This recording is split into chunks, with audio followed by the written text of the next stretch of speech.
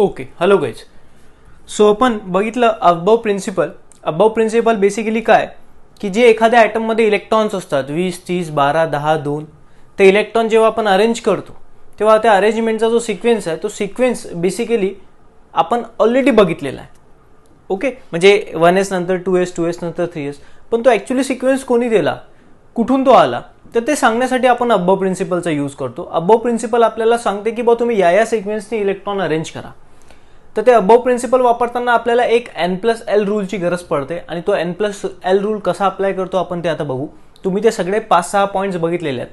Electron increasing energy लेवलने तुम्ही enter करायचा, त्याच्यानंतर इन्क्रीजिंग n+lच्या व्हॅल्यू जे असतात त्यानुसार तो इलेक्ट्रॉन जातो. आता आपण पूर्ण डिस्कस करू त्या सगळ्या गोष्टी, ते सगळे पॉईंट अबव प्रिन्सिपलचे. तर मी इथं 2 चार्ट पाडले, फर्स्ट चार्ट आणि सेकंड चार्ट. आपण टोटल डिस्कस करू याच्यात. तर बघा, जेव्हा शेल, सपोज मी सगळ्यात पहिली शेल डिस्कस करतो म्हणजे एनची व्हॅल्यू 1. जेव्हा एनची व्हॅल्यू 1 आहे तेव्हा एलची व्हॅल्यू किती असते, 0. बरोबर. सांगा जेव्हा एलची व्हॅल्यू 0 आहे तर सबशेल कुठली, एस. अंडरस्टूड. आणि अगर एस सबशेल आहे, ठीक आहे, फाईन. मी एलच्या व्हॅल्यूवरनं सबशेल सांगणार, मी एनच्या व्हॅल्यूवरनं एलची व्हॅल्यू काढणार. आता एलची व्हॅल्यू कशी असते माहिती आहे ना, 0 to n-1. ओके, इथं आपल्याला ऑर्बिटलची गरज नाही म्हणून राहू द्या. आता इथे n+l ची व्हॅल्यू काय, n म्हणजे प्रिन्सिपल क्वांटम नंबर आणि l म्हणजे एझिमुथल क्वांटम नंबर. सांगा 1+0 किती होते, 1. तर n+l ची व्हॅल्यू आली 1. कॉन्फिगरेशन काय येणार, कॉन्फिगरेशन म्हणजे काय, फर्स्ट शेल आणि एस सबशेल म्हणजे कॉन्फिगरेशन आहे 1s. अंडरस्टूड. सेकंड, आता हे झाली आपली फर्स्ट शेल, डन. नंतर आपण घेऊ सेकंड शेल. ओके गाईज, आता जेव्हा सेकंड शेल आहे तेव्हा एलची व्हॅल्यू तुम्हाला माहित आहे 0 येते आणि 1 येते, सगळ्यांना माहित आहे. आता एलची व्हॅल्यू कशी काढतात त्यासाठी तुम्ही नक्कीच मागचं लेक्चर रेफर करा. Okay, fine. आठवते ना, 0 to n-1. एनची व्हॅल्यू किती आहे, 2. 2-1 म्हणजे काय, 1. 0 to 1 म्हणजे एलची व्हॅल्यू 0 पण आणि 1 पण. तर सेकंड शेलसाठी एलच्या व्हॅल्यू 2 येतात, 0 आणि 1. सो जेव्हा एलची व्हॅल्यू 0 आहे तेव्हा सबशेल एस, जेव्हा एलची व्हॅल्यू 1 आहे तेव्हा सबशेल पी. फाईन. n+l ची व्हॅल्यू 2+0 2, 2+1 3. अंडरस्टूड. ओके, कॉन्फिगरेशन काय येणार, 2s 2p. ओके, चला, हे झाली second shell. Now let's discuss third shell. एनची व्हॅल्यू 3. आता जेव्हा एनची व्हॅल्यू 3 आहे तेव्हा एलच्या व्हॅल्यू किती येतात, 0, 1 and 2. ओके, अगर एलची व्हॅल्यू 0 आहे तर एस सबशेल, एलची व्हॅल्यू 1 आहे तर पी सबशेल, एलची व्हॅल्यू 2 आहे तर डी सबशेल. ओके, n+l ची व्हॅल्यू 3+0 3, 3+1 4 and 3+2 5. कॉन्फिगरेशन काय येणार, 3s 3p 3d. पहिले आपण हे काढून घेतोय, त्याच्यानंतर आपण बरोबर सिक्वेन्स लो. नेक्स्ट आहे एनची व्हॅल्यू 4. ओके, एनची व्हॅल्यू 4 आहे तर एल किती व्हॅल्यू घेणार, 0, 1 2 and 3. ओके, सो एल मुझे बताओ, अगर एल का वैल्यू 0 है तो एस सबशेल, 1 है तो पी, 2 है तो डी और 3 है तो एफ. हमें एफ तक ही जाना है, एफ के आगे बढ़ना ही नहीं क्योंकि हमारे सिलेबस में वहां तक ही है. l+l का वैल्यू क्या आएगा, 4+0 4, 4+1 5, ये आ जाएगा 6, ये आ जाएगा 7. कॉन्फिगरेशन क्या आ जाएंगी, 4s 4p 4d and 4f. Okay okay, उसके बाद में हम लोग देखेंगे एल की वैल्यू 5, फिफ्थ शेल. तो बोलो एल की वैल्यू क्या कहेंगे, 0 1 2 3 4. राइट. ओके, जब एल का वैल्यू थोड़ा छोटा लिखेंगे, 0 1 2 3 4. जब एल का वैल्यू 0 तो सबशेल एस, 1 तो पी, 2 तो डी और 3 तो 4. अब एफ के बाद भी और सबशेल आते हैं, वो हमें जरूरत नहीं उसकी, यहां तक ही लिखेंगे. n+l का वैल्यू क्या आएगा, 5+0 5, 6, 5+2 7, 5+3 8 और आगे हमें जरूरत नहीं इसलिए छोड़ देते हैं. कॉन्फिगरेशन क्या आ जाएगा, 5s 5p 5d and 5f. Understood. Okay, उसके बाद में हम लोग देखेंगे नेक्स्ट शेल, छठवीं शेल. n की वैल्यू 6. जब n की वैल्यू 6 आती है तो l की वैल्यू 0 1 2 3 4 एंड 5. ये n के सारे वैल्यू है. ओके, बट हमें जितनी जरूरत है उतनी हम लोग लिखेंगे. देखो, अगर l की वैल्यू 0 तो s सबशेल, l की वैल्यू 1 तो p सबशेल, l की वैल्यू 2 तो d सबशेल और l की वैल्यू 3 तो f सबशेल. इसकी हमें जरूरत नहीं है. इसकी ज़रूरत ही नहीं है, तो हम लोग थोड़ा मिटा देंगे। अब मुझे बताओ इस केस में n प्लस सी, हमें और भी L के वैल्यू आते हैं, मगर हमारे सिलेबस में जितने हम लोग एलिमेंट पढ़ने वाले हैं उनका इलेक्ट्रॉनिक कॉन्फ़िगरेशन अगर हमको लिखना है तो हमको जितनी ज़रूरत है हम लोग उतना ही देख रहे हैं। हालांकि अगर आप हायर लेवल पे पढ़ते हो तो ये सब भी आता है। हायर लेवल मतलब आप 12 के बाद ग्रेजुएशन, पोस्ट ग्रेजुएशन में ये सब भी बातें आ सकती है, बट हमें यहाँ पे है नहीं, तो हम लोग और कन्फ्यूजन क्रिएट नहीं करेंगे। तो यहाँ पे L की वैल्यू 4 भी आएंगी, 5 भी आएंगे, बट मैं मिटा रहा हूँ क्योंकि हमें उसको ज़रूरत नहीं है। n प्लस L की वैल्यू क्या आएंगी? 6 प्लस 0 6, 7, ये 8 और ये 9। ओके, कॉन्फ़िगरेशन क्या आ जाएगा? 6s, 6p, 6d और 6f। ओके, ये कॉन्फ़िगरेशन। उसके बाद में हम लोग n की वैल्यू 7 लेंगे। n की वैल्यू अगर 7 आती है तो गाइस देखो, अभी ध्यान से देखो, n की वैल्यू 7 आती है तो मैं l की वैल्यू लिखूंगा 0, 1, 2, 3, 4, 5, 6, बरोबर। बट हमें इतने की ज़रूरत नहीं है। अगर l की वैल्यू 0 तो s, p, d, f, आगे हमें कुछ ज़रूरत नहीं है तो मिटा देंगे। n प्लस l का वैल्यू बोल दो कितना आएगा? या आएगा 7, या आएगा 8, या आएगा 9, या आएगा 10।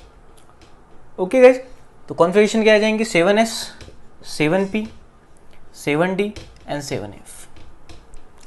अभी देखो ये चार्ट हमें क्या बता रहा है कि हम लोगों ने n प्लस l का भी वैल्यू लिखा और हम लोगों ने सारे मतलब कॉन्फ़िगरेशन भी लिख डाले।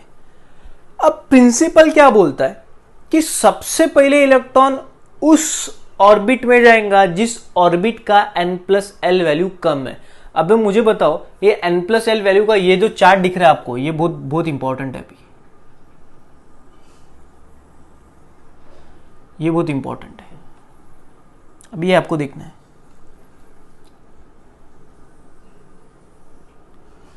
ठीक है, अब मुझे बताओ ये सारे n प्लस l की वैल्यू है। प्रिंसिपल क्या बोलता है? जिसका n प्लस l का वैल्यू सबसे कम, उसमें सबसे पहले इलेक्ट्रॉन जाएगा।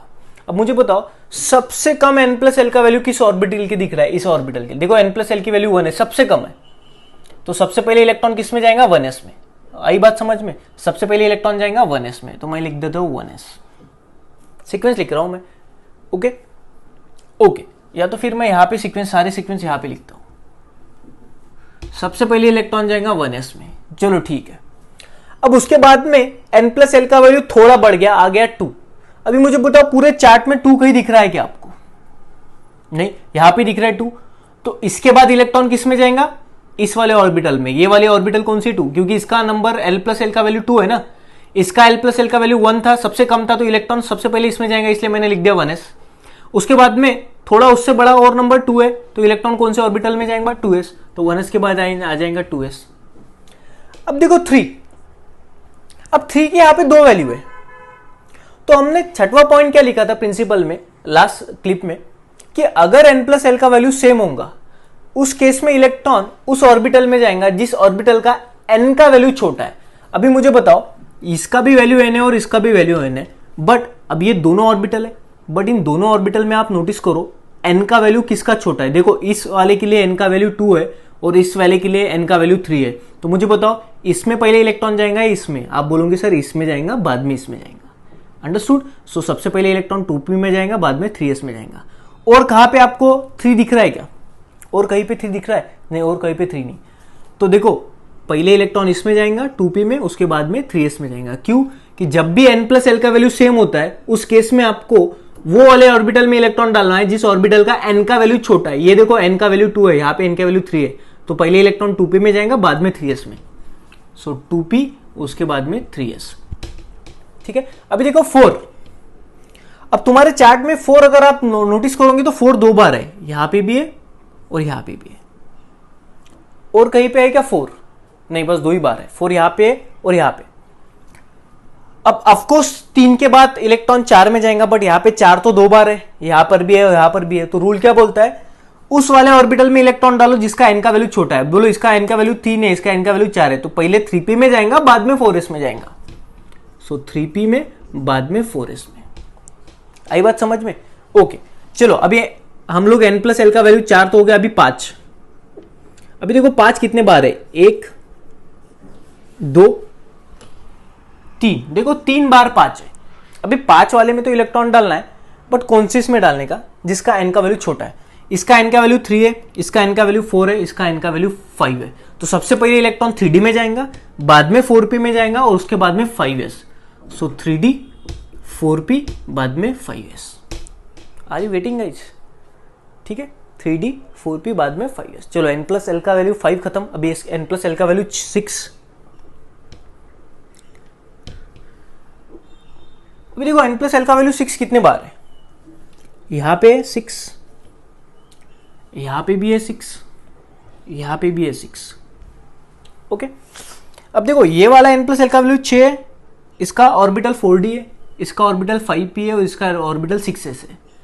तो अब n प्लस एल के वैल्यू तीनों इसमें 6 है, तो इलेक्ट्रॉन उसमें जाएगा जिसका वैल्यू n का वैल्यू छोटा है। तो सबसे छोटा n का वैल्यू किसका है? 4d का। तो इस इलेक्ट्रॉन जाएगा 4d में, बाद में जाएगा 5p में और उसके बाद में जाएगा 6s में। चलो 6 खत्म हो गया, समझ में आ रहा है? उसके बाद में हम लोग जाते हैं 7, n प्लस एल का वैल्यू 7, ये 1, ये 2, ये 3, ये 4। अब 7 n प्लस एल की वैल्यू है, सॉरी 4 n प्लस एल की वैल्यू है। 7 ये भी ऑर्बिटल है, 7 ये भी ऑर्बिटल है, 7 ये भी ऑर्बिटल है और 7 ये भी ऑर्बिटल है। बताओ किस में इलेक्ट्रॉन जाएगा? आप बोलोगे सबसे n का वैल्यू छोटा इसमें, तो इलेक्ट्रॉन जाएगा 4f में। ओके, उसके बाद इलेक्ट्रॉन जाएगा 5d में, उसके बाद इलेक्ट्रॉन जाएगा 6p में और उसके बाद इलेक्ट्रॉन जाएगा 7s में। ओके, अब n प्लस एल का वैल्यू हम लोग देखते हैं 8। अब 8 कितने बार है देख लो। सो यहाँ पे भी 8 है, यहाँ पे भी 8 है और यहाँ पे भी 8 है। समझ में आ रहा है ना? तो उस केस में देखो A8 A8 A8, बट इसमें n का वैल्यू 5, इसमें n का वैल्यू 6, इसमें n का वैल्यू 7। सबसे छोटा कौन सा है? 5 वाला। तो जाएगा 5f, उसके बाद में 6d, उसके बाद में 7p। गाइस समझ में आ रहा है? इस तरह से आप लोग n प्लस एल की वैल्यू बढ़ाते जाओगे, आपको सीक्वेंस मिलते जाएगा। तो ये हमको मिल गया सीक्वेंस, तो इस सीक्वेंस में इलेक्ट्रॉन हमको डालना है। तो ये जो मैंने डायग्राम निकाली थी, उस डायग्राम का आपको प्रूफ दे दिया। अब मैं वो चार्ट मिटाने जा रहा हूँ, आपको वो फिर से वाला डायग्राम दिखा देता हूँ। वो डायग्राम से यही सीक्वेंस आता है।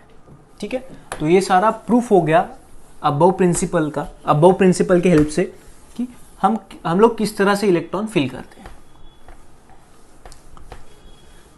ठीक है, तो हमारा डायग्राम क्या था देखो गाइस, 1s 2s 2p, ये याद रखने के लिए हम लोगों ने निकाला था। 3s 3p 3d, 4s 4p 4d 4f, 5s 5p 5d 5f, 6s 6p 6d 7s 7p। तो हम लोगों ने कुछ इस तरह से वो डायग्राम निकाला था।